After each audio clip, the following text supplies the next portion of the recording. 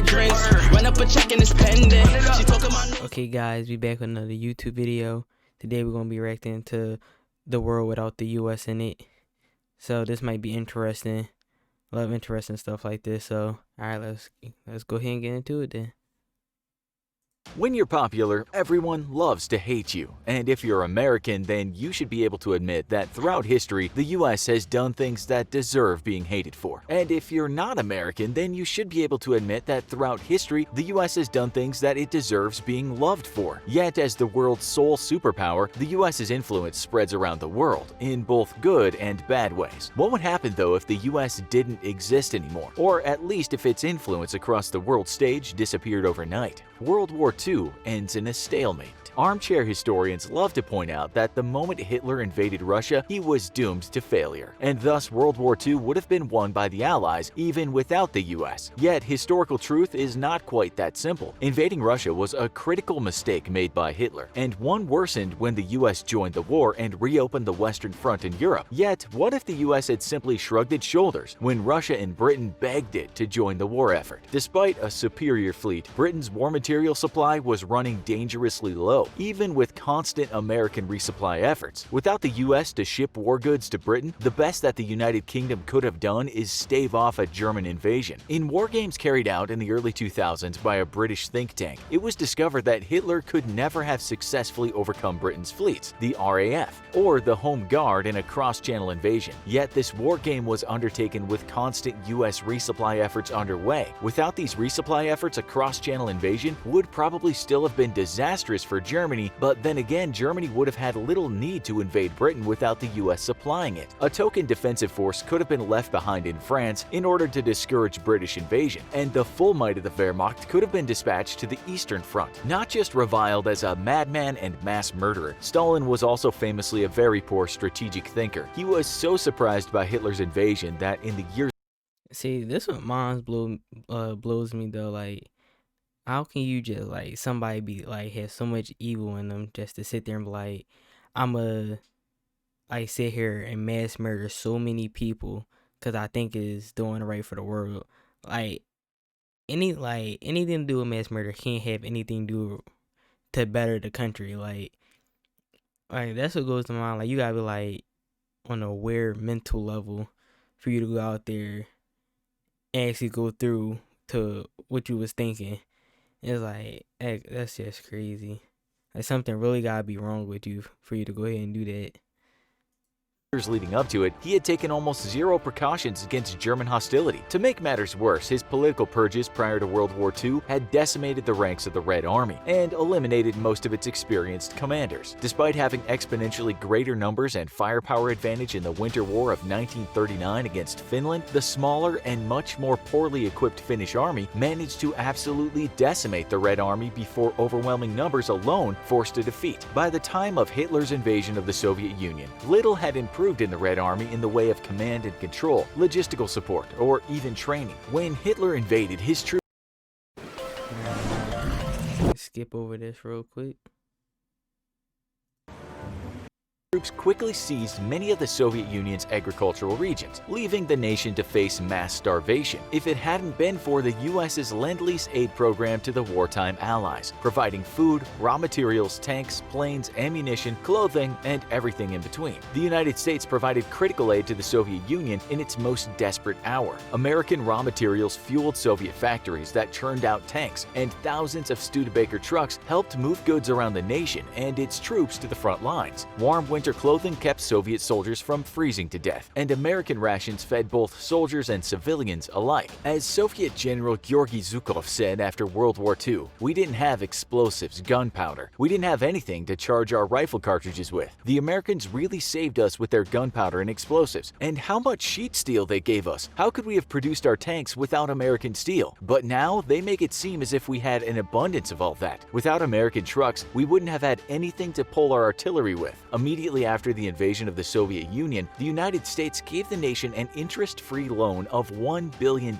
or about $17.5 billion in today's dollars, worth of supplies and raw materials. The United Kingdom was also given an initial lease of between 40 and 50 destroyers. Per the terms of the Lend-Lease, the materials were lent for the duration of the war and expected to be returned or reimbursed only upon war's end if they were kept for civilian use. Any combat losses would not be expected to be repaid. Basically, the US lent the Allies surplus military equipment under the condition that it didn't have to be repaid for unless it was kept after the war was over. In total, the US gave the Soviet Union 44,000 jeeps, 375,883 trucks, 8,071 tractors, 12,700 tanks, 1,541,590 blankets, 331,066 liters of alcohol, 15,417,000 pairs of military boots, 106 Yo, them numbers are crazy. Like how much supplies the U.S. handed out like that.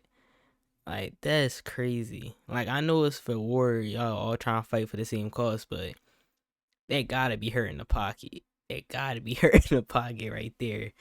That's just crazy. Like, yo, that's crazy. Like, hold on, let's go back to the vehicle real quick. Like, 44,000 Jeeps. Yo, look all the trucks. That is wild. Like, oh man, that's crazy. And then on top of all the vehicles, it was giving over 1 million blankets and stuff. Like, yo, boots, alcohol. Yo, that's like, that's hitting the pocket hard right there.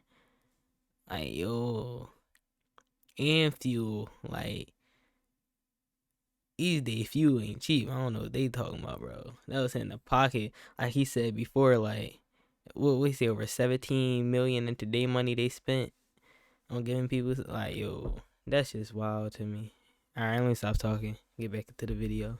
1,000 tons of petroleum products and fuel, and 4,478,000 tons of food. It's clear that without the US, the best the Allies could have hoped for would have been a stalemate, with Germany holding on to the richest parts of the Soviet Union and expelling Britain off the mainland. No European Union. Immediately after the end of the Second World War, Europe found itself in shambles. Nearly all of its financial and industrial networks had been destroyed in the fierce fighting, and entire national economies had collapsed. The war had been the most devastating in human history, and the fate of entire nations hung by a thread. 2.5 years after the end of fighting, there was very little sign of recovery from the European mainland, with millions of homeless and out of work. Then, in 1948, the U.S. Secretary of State, George C. Marshall, drafted up a 4-year plan meant to reinvigorate the European economy. The plan would rely on $15 billion of financial aid, or $250 billion in today's dollars, and it would be completely financed by the American taxpayer. The first target of the Marshall Plan, as it came to be known, would be feeding the European population, as a massive famine was threatening the mainland. Thus, food aid was immediately dispatched to 16 European nations. The Soviet Union and its satellite states had been offered assistance as well, but it had turned it down due to fears of meddling by the US in internal affairs. The main focus of the Marshall Plan was on the recovery of Europe's largest industrial powers, such as West Germany, France, and Great Britain, as it was believed that if these great economies were jump-started, then the effects would spread to other nations. Attempts to rebuild national shipping fleets, road and railway infrastructure, and reconstruct devastated cities were bolstered by American aid money, though the effect of the Marshall Plan is likely less economic and more political. Due to the Soviet Union's refusal to partake in any reconstruction efforts, the Marshall Plan and the 16 nations it aided helped establish the political framework for what post-World War II Europe would look like, with the West firmly aligned in solidarity against the Communist East. The Marshall Plan seeded the idea of European unity and fostered an intertwining of European interests, which was President Truman's greatest goals, as only a unified Europe could stand against the Soviet Union. But also, only a unified Europe could avert another world war. Without the Marshall Plan, European economies would have taken longer to recover than they did, which would have made them more vulnerable to political revolutions fostered by the Soviet Union, whose agents were constantly at work attempting to make the ideology of Soviet revolution abroad or of spreading communist revolutions around the world world a reality. The Marshall Plan, however, also laid down the political and economic roots for what would become the European Union. And without it, it's very likely that Europe would have returned to the old power way of thinking that had dominated European politics for centuries. European colonialism prevails. Prior to World War II, European powers retained colonies across the world, and upon entering the Second World War, President Roosevelt made it extremely clear to the Allies that America's help was dependent on the eventual liberation of the majority of these colonial holdings. With their feet to the fire, Britain and France were forced to agree, and after the end of the war,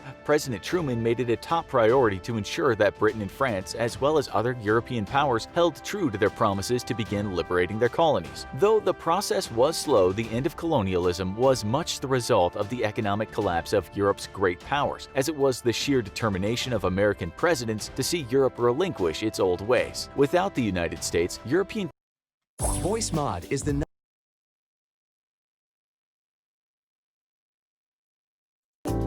Skip over that. colonialism would have continued and may in fact have worsened. With their economies in shambles, European powers would have leaned even harder on their colonial states, bleeding their economies dry in an effort to rebuild themselves. This would have sparked violent insurgencies around the world, which would have brought with them harsh crackdowns by the colonial powers. In the end, the death of European colonialism would have taken decades more to arrive, and the world today may in fact look a lot more like it did during the age of the great that's powers. crazy right Korea there, man. unified under the North, and Japan rises as an imperial power once more. Today, South Korea is a vibrant and prosperous nation, while its neighbor to the north is facing mass starvation and economic desolation. Yet the entire Korean peninsula would look very different today if it were not for the US. 2 days after the start of the war, the UN published Resolution 83, urging UN members to lend military aid to the South. A UN coalition force was ultimately formed, but it was the US that would do the heavy lifting. The war would end 3 years later after China's involvement, with the US not desiring to see the situation evolve into another major war that would now include China. If the US had not been available to defend the South, the war would have been won by the North far too quickly for the UN to marshal a sizable military response, and the entire peninsula would have been reunited under the North. Communism would have overtaken the South, and while we may be tempted to compare the fate of a communist peninsula with that shared by the North today, it's important to remember that the state of the North's economy is largely the result of US-led sanction efforts against the Kim regime. Without the US to lead these sanctions and under the protection of a growing China, the unified Korean peninsula would be in a stronger economic state than the North is today. If it would have been more prosperous than South Korea is today is debatable, but what isn't is that a communist Korea wouldn't necessarily be as impoverished as the North is today. A communist Korea would have naturally gravitated toward China and become a satellite state. This would have upended Asian politics as we understand them today. Japan, for one, would have been quick to ditch its pacifist ideologies, which were only ever truly possible as a result of Japan enjoying the protection of the United States. Faced with a hostile China, Japanese nationalistic hardliners would have upended the constitution and rewritten it to allow Japan to once more field a military capable of both offensive and defensive operations. Even today, Japan's Prime Minister Shinzo Abe is a member of a right-wing nationalistic party, which in the past advocated a return to imperial power. Japan would have risen as a military power once more, and conflict in Asia would be all but unavoidable. The second half of the 20th century would have been dramatically different without US intervention, and it's likely that communism would have dominated the global stage both militarily and politically, whereas today we live in a world of mostly strong democratic states. We could in fact have seen a reverse of this, with the world as we know it being made up of a collection of communist states where the democracies are the minority. What would that have meant for global civil rights movements? We can only guess, but in part 2, we'll take a look at how the world may have looked as it entered the 21st century in a world without the US. What do you think would have happened to post-war Europe without Man, that's just crazy right there. It's like US had a big part in fighting that war and stuff like all that supplies they give out, food, money, helping South Korea not get taken over by North Korea. Is like that's crazy. And just imagine like if the US wasn't there, all that would have went a lot of very differently. Like you heard them say like the best that Europe and them could have went for was a standstill between them and Germany. China and them would have helped North Korea take over South Korea again, and then they would have eventually started working with China and stuff. That joint just crazy. Japan would have tried to start attacking more stuff because it was like, ain't nobody in our way. Man, that's just wild though. But man, if you like the video, leave a like. If you like the content on the channel, hit the subscribe button. Any recommendations you want for future videos, comment that down below. And alright, I'll see you next time. Heard them lasers talking now that we don't pay that no mind. Didn't need to watch and know that I be hearing no.